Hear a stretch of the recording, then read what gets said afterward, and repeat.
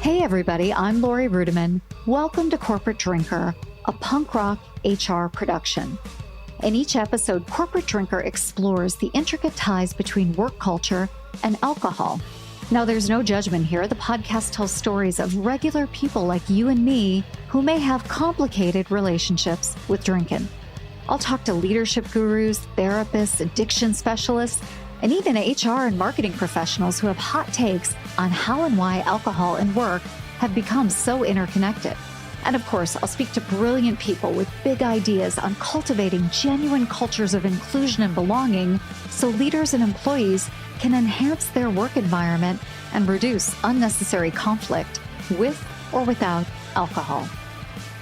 In this episode, I'm chatting with Dr. Jared Pelo. Jared is a physician with extensive experience in emergency medicine. He also wears the hat of an executive and an entrepreneur, most recently as the co-founder and chief medical and product officer of Bionic Health. At Bionic Health, they harness the power of longevity medicine, comprehensive diagnostics, and machine learning to create these personalized treatment plans for their patients. Today's conversation with Jared takes a deep dive into the complex intersection of alcohol, science, and corporate culture. We explore how these issues impact individual longevity and happiness. And we also discuss how Dr. Pelo's own experiences within corporate America, one of his earlier companies was acquired by Microsoft, have shaped his perspective on thriving. Understanding the objective implications of corporate drinking on our health is so crucial. So please sit back, relax, and join us for what promises to be a compelling and educational dialogue with Dr. Jared Pelo on Corporate Drinker.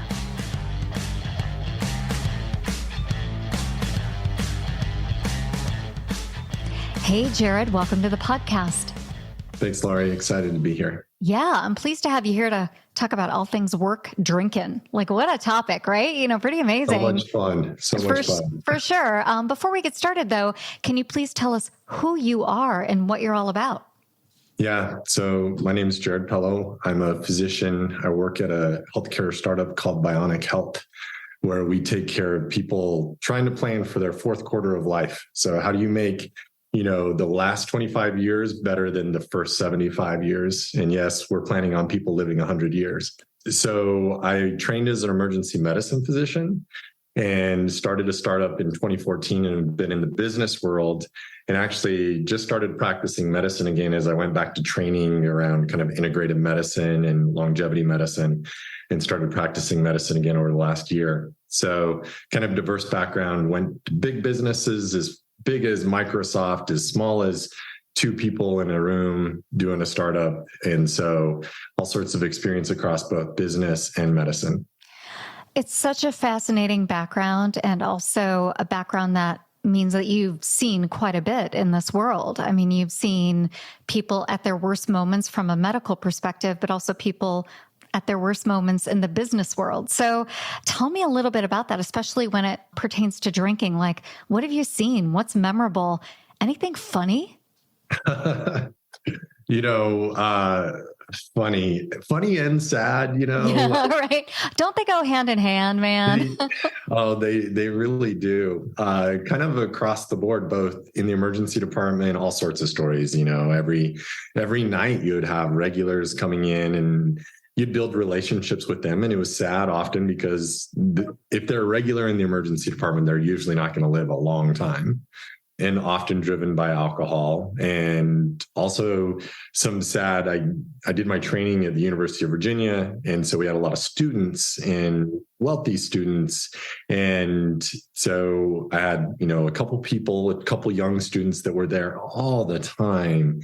And, trying to get a hold of their parents lived overseas, and just knowing that if they already were having kind of that maladaption with alcohol at such a young age, just the hurdles they were going to have to go through the rest of their life, it's hard to see. And then in the business side of things, well, it's interesting. Even back in the emergency department, drinking is a huge problem for doctors. And so as a chief resident, having to counsel people who I was worried they were coming to work While drinking, I was taking them to recruiting dinners of other residents, and they would start off with 6 beers before the food got there. Wow, that's crazy. Other red flags where you're like, oh, this probably isn't the right way to enjoy alcohol. Wait. Do you think this is because of the high pressure, high stakes nature of the career? Because I hear this with lawyers, with people in finance, and you think, yeah. But I also hear this with plumbers and accountants, right? There's just something about people not being able to deal with maybe perceived stress that other people may sail through that same scenario. Yeah, I think it's so interesting when we think about kind of using substances to whatever it is, numb, relax, whatever it is we're telling ourselves we're using that substance for. It's really across the board. It's part of the human condition. Now, I think there are studies showing that there are professions that have higher tendencies towards substance abuse. But yeah, I think life is stressful no matter who you are, where you live. And so I think it's a trap anybody can fall into. Yeah, that makes sense. Although, you told me a story about a duel that I find very fascinating. Can you tell me about it now? Yeah. So I was working in a small emergency department just in the middle of nowhere, Virginia. And this was maybe 5 or 6 years after I'd done my residency. And it was a quiet night, and we get a report that there's a gunshot wound coming in, which is pretty rare, especially in the middle of the night. During the day, hunting accident, right? Rural Virginia, hunting accident. At night, you're like, what's going on out on a farm in rural Virginia? Well, it turns out 2 cousins decided to have an old style duel with pistols. And the one cousin shot the other cousin in the shoulder.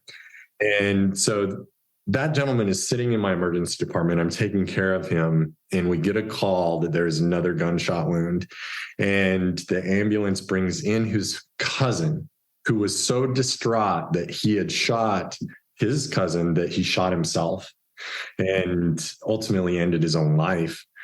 So, I mean, that's kind of the extent of what I've seen with alcohol, from, making a silly decision like, let's have a duel, to ultimately taking one's own life because so worried about the consequences that are coming down the road. Boy, it escalates fast, doesn't it? Before we go there to the escalation to problematic drinking, I think not all drinking is disordered. I think that's like a really important thing to say, because it seems like drinking, when we hear about it in the media, is disordered.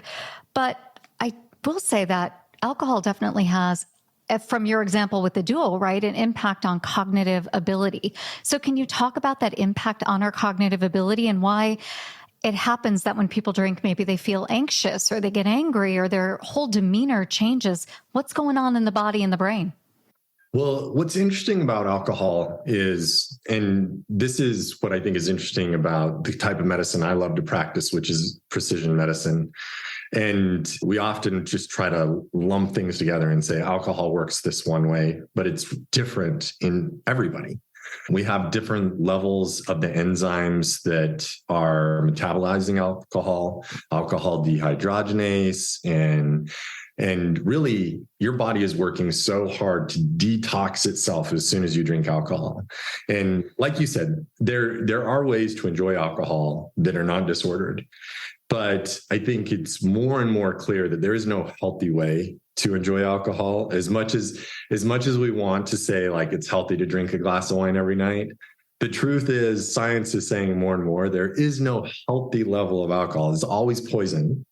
And that's okay. Like, there are many things we do in our life that we know are detrimental to us, but we do them because we enjoy them. Right. So that's fascinating, because so many people would say, well, when I travel for work, I enjoy a cocktail or a glass of wine to unwind. And they believe that there's no cognitive impact the next day if it's just one or if it's just limited. And so what I hear you say is that may not be true. At least it's not proven up by science anymore. There is an impact to your body, even with just one drink. Absolutely. I mean, there's short-term impacts and then long-term impacts. And short-term impacts is going to be all about kind of the neurocognitive things that are happening. Now, I will say it's not just neurocognitive. Like if you drink, you're more likely to eat bad. Yeah, yes, Like, yeah. I have lived experience with this, yes. Exactly. We decrease our inhibitions, we're more likely to have the cheesecake. And that is the main thing that alcohol is going to do. It's going to block your frontal cortex from working as well. And so it's going to increase the function of the GABA receptors that are kind of depression receptors on cognitive function. And through that, it's going to make our cognition slower. It also is going to bring some relaxing of inhibitions. So that's why we enjoy doing it, because we're able to talk easier and laugh easier, and we're less inhibited, which there are some good things about that. And that's the reason we enjoy it. There's that tipping point where it goes too far and maybe we say something inappropriate and we regret it, or there's that full spectrum. But those are kind of all short term. The other short term thing I'll point in there, especially if you're drinking before bed, is the disruption to deep and REM sleep cycles. And especially as sleep tracking has become more and more popular, you can just see this so clearly that if you drink before going to bed, an hour or two before going to bed, the decrease in restorative sleep. And we know better than ever that restorative sleep is good for us in so many ways. I'm so glad you brought up sleep, because especially when you're traveling for work, you're going to a company event, you're going to a conference. I mean, it is common to have that cocktail, to have that glass of wine, and there are demands of us the next day. And I think many of us think we're going to sleep it off and just go to work the next day, be able to do that meeting that we've traveled in town for. And I think it's underreported and under-indexed how much alcohol just makes us sloppy and not our best at work. Even just one glass of wine, or maybe that's just me at the age of 48 now, I don't know. But to your point around the science, I mean, it seems pretty clear. And yet it's so natural for us to have that team building event, have that group event, have that happy hour, and then be expected to perform at work the next day. That, now listening to you, seems crazy, right? Well, I think this is where this is kind of an uncomfortable topic, because it's part of our work culture and it's so deeply ingrained as part of our work culture that many people feel like you need it in order to climb the ladder. That you need to go to the cocktail hour because that's where the networking, that's where the real connections are made. And I don't disagree with that. What I think is we could probably find ways to do it without as much alcohol, and sometimes alcohol free. But it's so much part of the culture today. I think it's hard to even kind of think about what would it be like without it. Well, let's talk about your experience in the business world, because not only are you an entrepreneur, an executive, you've had that experience, you're also someone, if I'm not mistaken, who's never had a drink, correct? That is true. I've never had a drink. Now nobody's going to believe anything I say. No. They're like, Jared knows nothing. No, I mean, you do have your experience as an MD, but I find that fascinating because here we are talking about the binary, right? That it's so difficult to advance in your career, to move forward, but you've sold organizations for multiple millions of dollars and you've been very successful, and yet you're not a drinker. So can you talk about how you were able to navigate? Like, have you been pressured to drink? What I love about the Workforce Agility Limited Series by Cornerstone was we talked to executives and customers all about skills. Cornerstone has a wonderful background in learning and development, training, etc. Their LMS is world class, but they've centered the business now, not just on that, like building upon that, but building upon how everything has moved to the skills economy. So check out the limited series called Workforce Agility, and you can get it wherever you get your podcast. And it's just a wonderful series where we talk to their executives on the shift of why, and also their customers that are using it. So check it out whenever you get a chance. Appreciate it. Well, I certainly have friends who would love to see me drink. They say, Jared, you're so much fun without alcohol. You would be so fun with alcohol. Or they're just pathological and they want to see like what nightmare is about to happen. I wonder about that as well. I think that's it. Yeah. Right. Yeah. But you did it. You made it through. You've had corporate success as well as being an MD who survived, a climate where people drank hard to blow off steam. So how'd you do it? Well, I mean, in many healthy ways, but honestly, I'll just be a little bit vulnerable, not in all healthy ways. Like I have my own things I've done over the years to numb emotions and to get out of stress and not spend the time in the uncomfortable place of feeling emotion and working through the hard things in life. And some of that is kind of workaholism and other things that I think can be just as detrimental in some ways to relationships, maybe not as detrimental to our bodies. Now, there's that piece that's kind of the personal piece. The professional piece, I still have to put myself in those situations where alcohol is present, right? Like I can't be a teetotaler that says, I'm leaving because you're drinking. Like I need to be comfortable around alcohol with people drinking. And that's important. Otherwise, I won't make those one-on-one connections with people and really be able to grow my network either. Yeah, that makes sense. Do you have any tips or strategies that you've employed? Because there are only so many Diet Cokes or Sprites with cranberry that people can drink. And there is something that happens, especially in a comfortable environment where people do say, come on, just have one. What are you talking about? You don't drink, right? So any quick things that you can think of, any stories that you have where you've been able to calm people down and refocus their attention? Because it's a weird thing that happens when the spotlight comes on you when you're different. Yeah, it's easier now than it was 5 years ago because we're having this moment with alcohol where there are many health influencers saying that no alcohol is good alcohol. And I think people are becoming more comfortable with the idea that I personally, now I know I already discredited myself, but I kind of think of alcohol and smoking as kind of similar things where we've already gone through and looked at the risks of smoking, and it's kind of been marginalized enough in our culture that smoking is somewhat looked down upon. And I think alcohol is following a similar path. Like we're starting to recognize the risks of increased breast cancer and liver cancer and stomach cancer, esophageal cancer. Like I think we're really getting to the point where we're better understanding the risks of alcohol, that there will come a time where it'll be more marginalized than it is today. Not as much, I think, as fast as what happened with tobacco. Yeah, that happened overnight. And I think there are reasons why you can almost put smokers in a closet or in a room and say, if you want to continue doing this, you can do this. But alcohol is so ingrained in our culture. And it begs the question, we've talked a little bit about some of the short-term effects of alcohol, that they're really there. Even if you're just kind of a casual drinker, there are risks. But in my career now, having over 25 years of work experience, I've seen people at the beginning of their career when they were casual drinkers, and then now, especially post-COVID, to see them drinking to such extremes. And that risk is clearer to me. And I think nobody expects that they're going to get there, drinking a bottle of gin every day, but some people do get there. And I want to talk about that progression.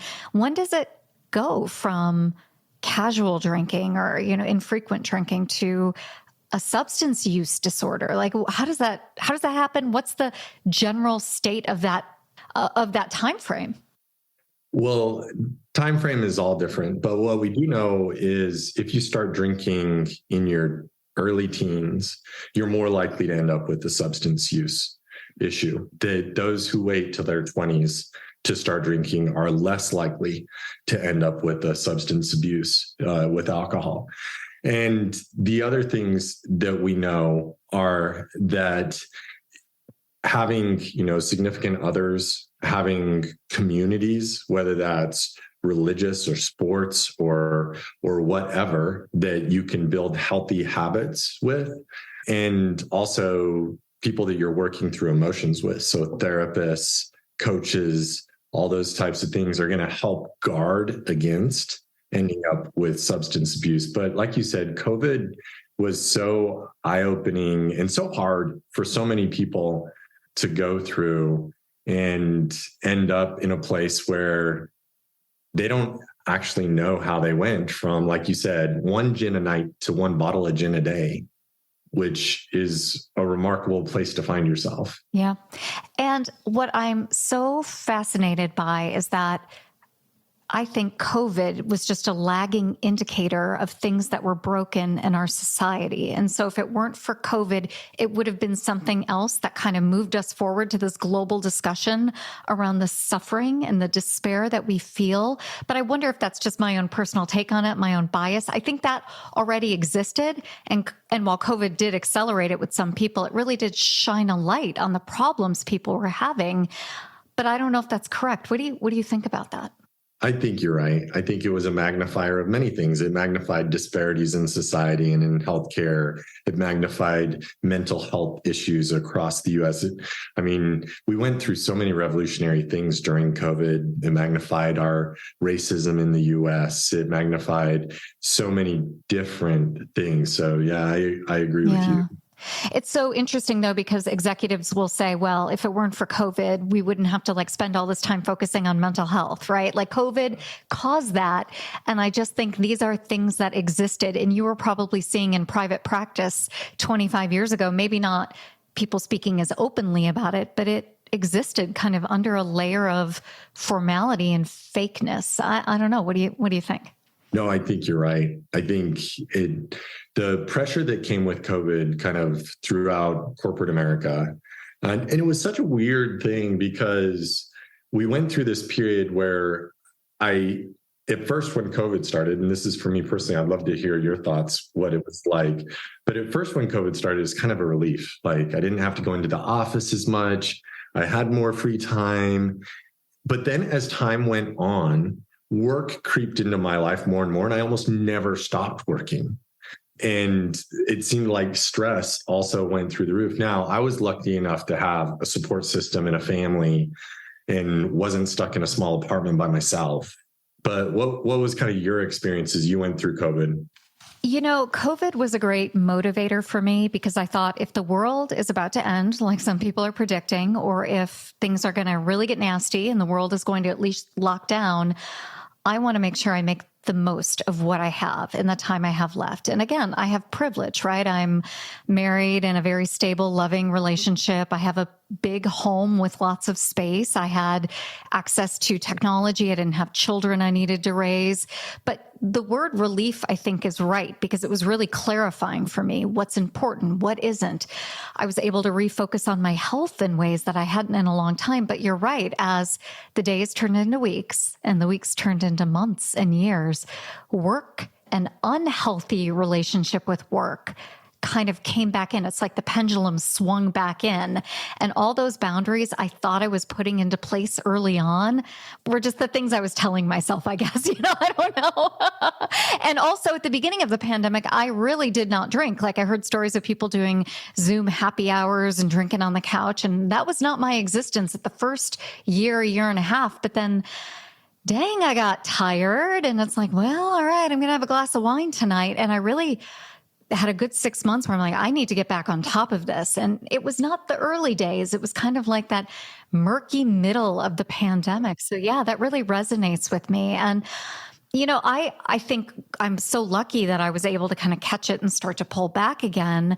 But for many people, they're adding on to existing health conditions, right? They've got pre-existing conditions and now they're drinking regularly. And I just wonder what sustained, prolonged, excessive alcohol use is doing to our bodies. What's that like for us on the inside?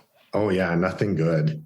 Yeah. I mean, aging is hard enough, Right. Well, there's so many interesting things. So, you can start at like the top of the chain, right? Like it's going to increase your risk for esophageal cancer in your stomach. It's going to increase the risk for ulcers and gastritis.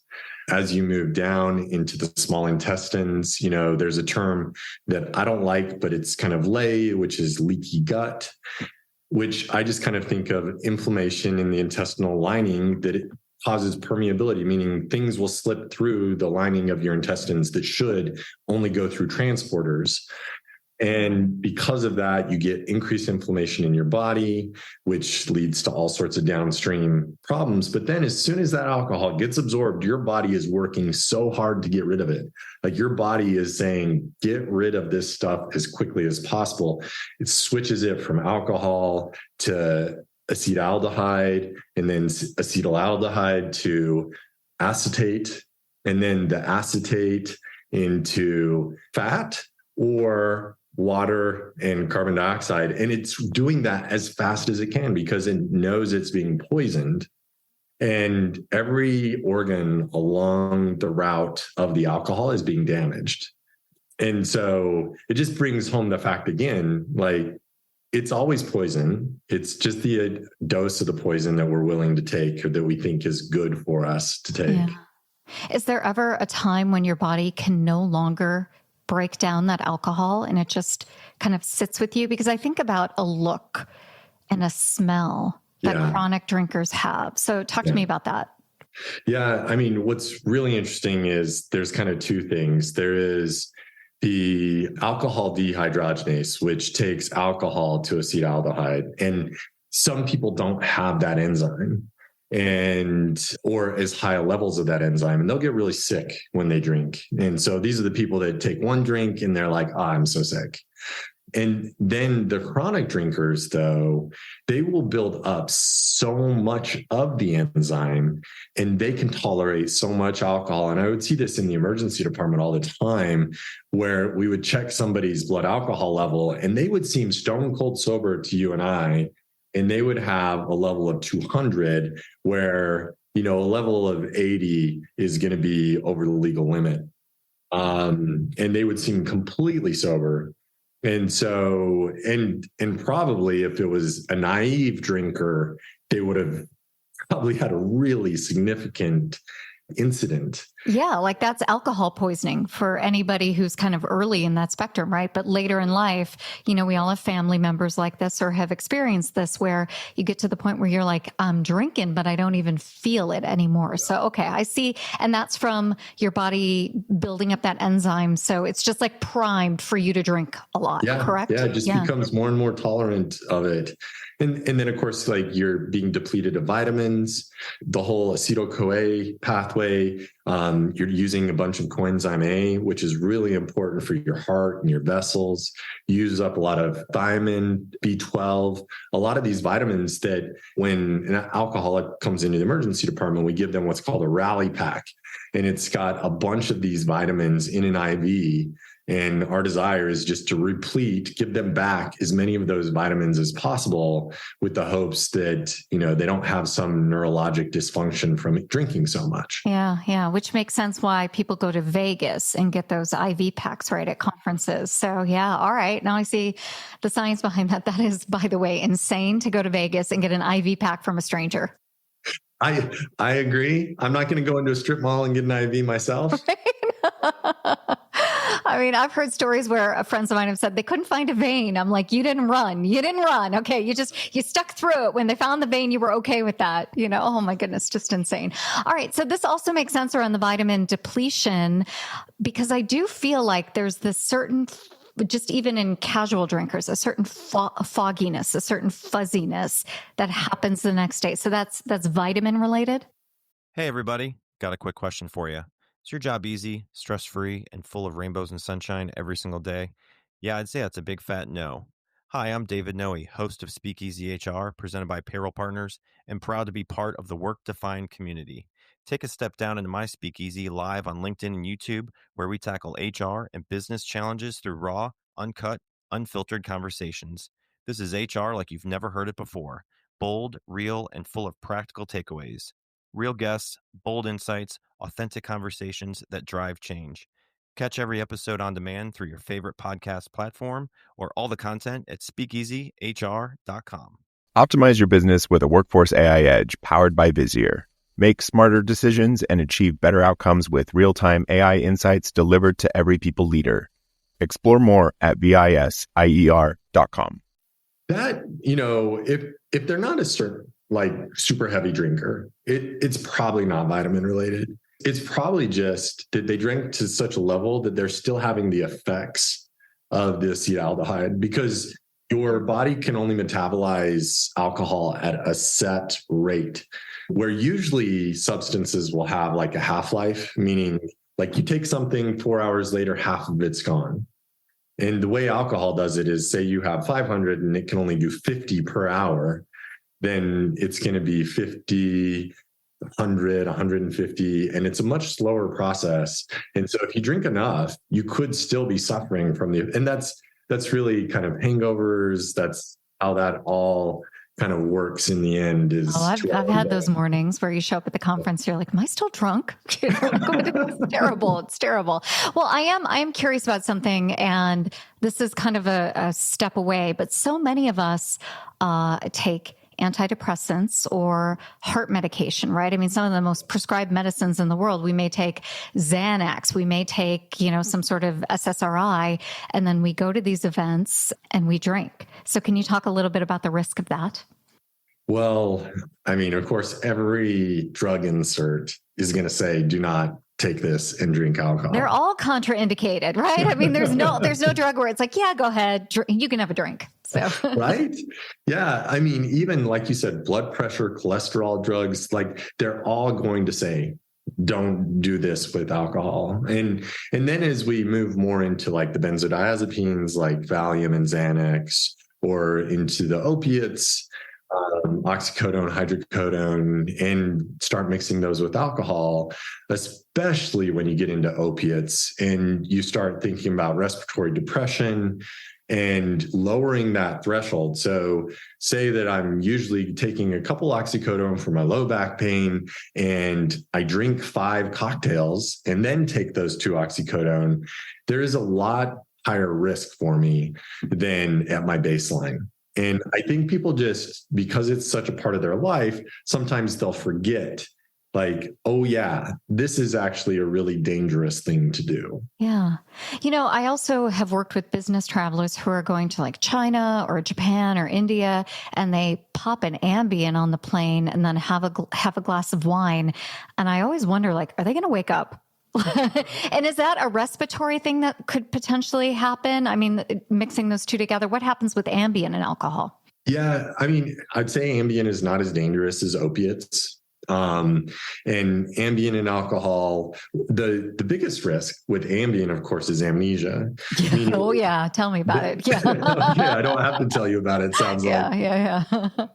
You take an Ambien at all in your life, and it's like, what's going on here? Did the phone ring? Did I turn on the TV? Stuff like that. So yeah. You wake up like at your neighbor's house watching TV? I've not had that yet. So we've kind of talked about the short-term effect, the long-term effect, and I'm really curious because you've worked in corporate environments and really significant ones. You've mentioned some big brands. A lot of people out there feel like companies should have a zero tolerance for alcohol in the work environment. They feel it's non-inclusive. Yet I've talked to other esteemed executives who are like, I'm not a parent. And if I can't trust someone to bring good judgment to a cocktail party or to a holiday event, how can I trust them with a budget and direct reports, right? So I wonder where you fall on the role of an organization to basically do no harm. Right. Well, I don't know that an organization has that same creed. No, they don't. It's capitalism. You and I know that. Yeah. Because I think many of my sales associates, and over the last few years, I've been more product and sales facing, and many of them would say, I'm not going to get any deals done if I can't literally wine and dine my customers. Yeah. I mean, you're either in that role, the entertainer, or being entertained, right? And there's this expectation of an exchange, and that exchange is often food, unhealthy food, right? The big dinners, and alcohol. So, I don't know. What do you do to create and promote healthy living? And is that not even a company's responsibility? I do think it can be a company's responsibility. I personally, when I went from medicine to business, I felt like a calling to medicine when I was a younger man. And as I went into medicine, and especially the emergency department, I wanted to be with people during their hardest moment. And that was kind of where I wanted to be. And when I switched to business, what I decided was, I want to help somebody that comes and spends 8 hours a day with me. I want that to be the best 8 hours I can make it, so that when they go home, they can live the best life possible. And I mean, when you have somebody spending a third of their life with you, you have such a responsibility. If you take it, if you accept that responsibility, you have such a responsibility to better their life. And that's how I think about leading in business is I want to make all my employees' lives during those 8 hours so good, so that when they go home, their spouses are like, you're like a new person. Every day you come home from work, you're so like full of energy and focused on me and all the good things, right? That's what I want my employees to be like. I cannot envision a world where that actually happens, though. And I think I bring this belief to the table that we ought to be living lives that are so great that when we go to work, we bring all of that good stuff to the work environment and positively affect our colleagues, our customers, our vendors, and even our leadership teams. Like, I think it's an outside in versus inside of work out equation. But in reality, it's probably a mix of both, and it's a symbiotic relationship, right? It should be. It should be. You like to think that employers would realize they'll get the best from their employees by empowering them, helping them feel that mastery, that enablement and autonomy and all the good things that come with that. Now, I don't know if we will see a very fast corporate changing of the guard as far as alcohol in the workplace. It's crazy to me, like, they'll do all these corporate wellness things where, if I get my blood test, my insurance policy goes down. If I don't smoke, my insurance policy goes. There's nothing around drinking and having my insurance policy go down. No, the incentives are not there. And for all the money that we've spent on well-being and wellness programs and access to different levels of healthcare, the workforce is sicker than ever. The workforce is lonelier than ever, and the workforce is filled with despair. And so that's why I think it's not a corporate solution, but what's the alternative? Individually, it doesn't seem to be happening. Our government is not providing us with the right structure and incentives to be healthy. And so I don't know. I don't know that we're going to fix it today, but what are you trying to do to fix some of this? Well, you're going to have to answer this question too, because that's a hard one. What am I trying to do? I am trying to build, a culture at my current job that is health oriented and health focused and helping my employees thrive as much as possible. And you're focused on your clients, your patients, right? Your individuals in that ecosystem, hoping that they take the good stuff they've learned from you, right? And spread it like seeds. That's exactly right. And really the hope being that people can live their best lives. Right. But like you said, there are all these different systems kind of working against us. And I don't know how much hope there is, but, there are a lot of these, I can't remember what you call them, hard problems, tricky problems that will not be solved in our lifetime that are worth working on. Oh, that's lovely. That's well said. What do you mean by that? Tell me more. Well, there are many things we will not solve in our lifetime. We likely won't solve racism or the difference between the sexes in the workplace. It may not be solved during our lifetime. And it doesn't mean we're not going to work on them and we're not going to try to make them better. We may not solve alcohol in the workplace, but it doesn't mean it's not worth trying and helping as much as we can. I think that's right. I think that's a really lovely place to end our conversation.